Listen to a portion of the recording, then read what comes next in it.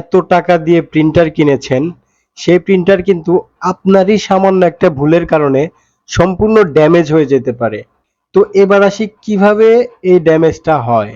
দেখুন এইখানে যে প্রিন্টারটা দেখতে পাচ্ছেন, এই প্রিন্টারটা কিন্তু সম্পূর্ণভাবে ড্যামেজ হয়ে গেছে। এই প্রিন্টার আর রিপেয়ার করা যাবে না। এই প্রিন্টারটা কিন্তু এরকম হতো না যদি আপনি একটুখানি সচেতন থাকতেন। তো ভিউয়ার্স, আজকে আমি দেখাবো কিভাবে আপনি আপনার সাধ্যের প্রিন্টারটিকে ড্যামেজের হাত থেকে বাঁচাতে পারবেন।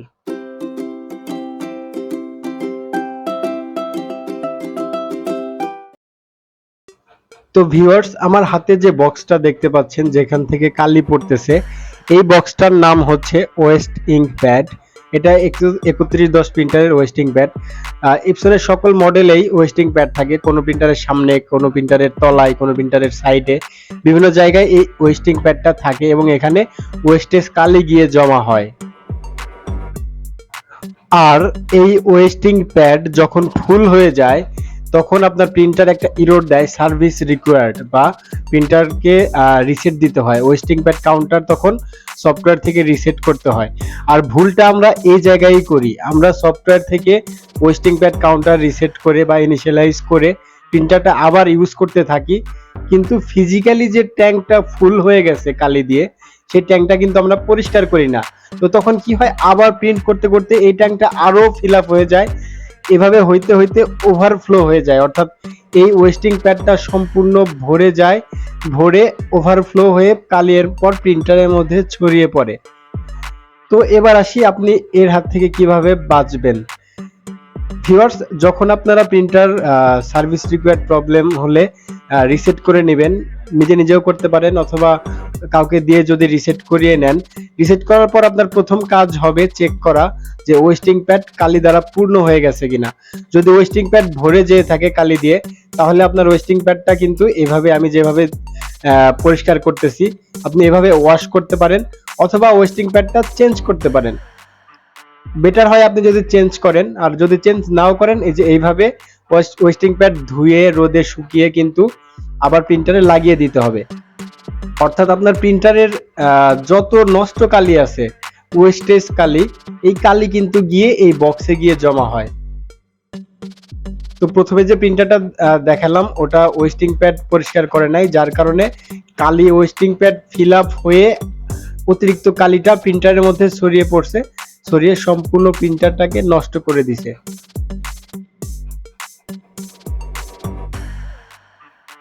ভিউয়ার্স, দেখতে পাচ্ছেন বেসিনের পানির নিচে যদি আপনি ওয়েস্টিং প্যাডের প্যাডগুলো রেখে দেন, এটা কিন্তু সম্পূর্ণভাবে পরিষ্কার হয়ে যায়, অর্থাৎ সম্পূর্ণ কালি কিন্তু পানির সাথে চলে যাবে।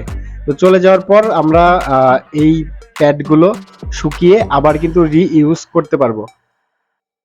তো মেইন কথা হচ্ছে আপনাকে সফটওয়্যার রিসেট দেওয়ার পাশাপাশি প্রিন্টারের ফিজিক্যালি খুলে ওয়েস্টিং প্যাড কিন্তু পরিষ্কার করতে হবে। আর ভিউয়ার্স, আমাদের চ্যানেলে কিন্তু প্রতিনিয়ত প্রিন্টার সার্ভিসিং সম্পর্কে ভিডিও আপলোড হচ্ছে। আপনার যদি প্রিন্টার থাকে বা আপনি যদি প্রিন্টার সার্ভিসিং শিখতে চান, আমাদের চ্যানেলটি সাবস্ক্রাইব করে পাশে থাকা বেল আইকনে ক্লিক করে রাখতে পারেন, তাহলে পরবর্তী ভিডিওর আপডেট কিন্তু সবার আগে আপনার কাছে চলে যাবে। আর যদি অলরেডি আপনি সাবস্ক্রাইব করে থাকেন তাহলে আপনাকে জানাচ্ছি অসংখ্য ধন্যবাদ। ভিউয়ার্স, দেখতে পাচ্ছেন ওয়েস্টিং প্যাড কিন্তু একদম ক্লিন হয়ে গেছে। তো এরকম এক এক মডেলের ওয়েস্টিং প্যাড এক এক রকম। এই যে দেখতে পাচ্ছেন স্ক্রিনে, এটা হচ্ছে 130 প্রিন্টারের ওয়েস্টিং প্যাড। এই পাশে দেখতে পাচ্ছেন এটা হচ্ছে L805 এর ওয়েস্টিং প্যাড। আর আমি যেটা ওয়াশ করতেছি সেটা হচ্ছে 3110 বা 3150, 3250 বা এই সিরিজের প্রিন্টারগুলোর ওয়েস্টিং প্যাড। দেখুন একদম কিন্তু ক্লিন হয়ে গেছে। তো এই ওয়েস্টিং প্যাডটা আমি ওয়াশ করলাম, এবার একটু শুকিয়ে কিন্তু আবার প্রিন্টারে লাগিয়ে দিব, যার ফলে আমাদের প্রিন্টারটা যেখানে 1 বছর বা 2 বছর লাস্টিং করতো সেটা কিন্তু আরো 2 বছর বেশি লাস্টিং করবে। প্রিন্টারে কালি কিন্তু অন্য কোথাও থেকে ছড়ায় না, শুধুমাত্র এই জায়গা থেকেই প্রিন্টারে কালি ছড়ায়। দেখুন ওয়াশ করা কমপ্লিট, আমি এবার প্রিন্টারে ওয়েস্টিং প্যাডটা লাগিয়ে দিব।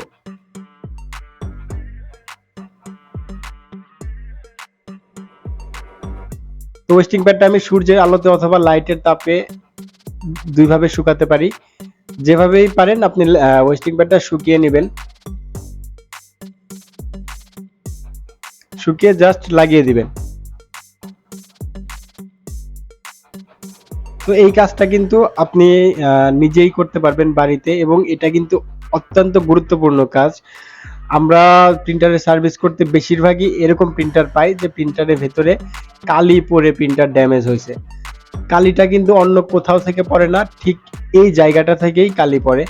আশা করছি আপনি বিষয়টা বুঝতে পেরেছেন বা আপনার কাছে সম্পূর্ণ বিষয়টা ক্লিয়ার হয়েছে।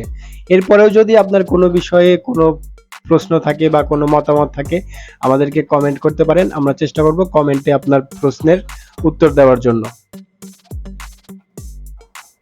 তো ভিউয়ার্স, সবার সুস্বাস্থ্য কামনা করে আজকের মতো এখানেই বিদায় নিচ্ছি। সবাই ভালো থাকুন, সুস্থ থাকুন। আল্লাহ হাফেজ।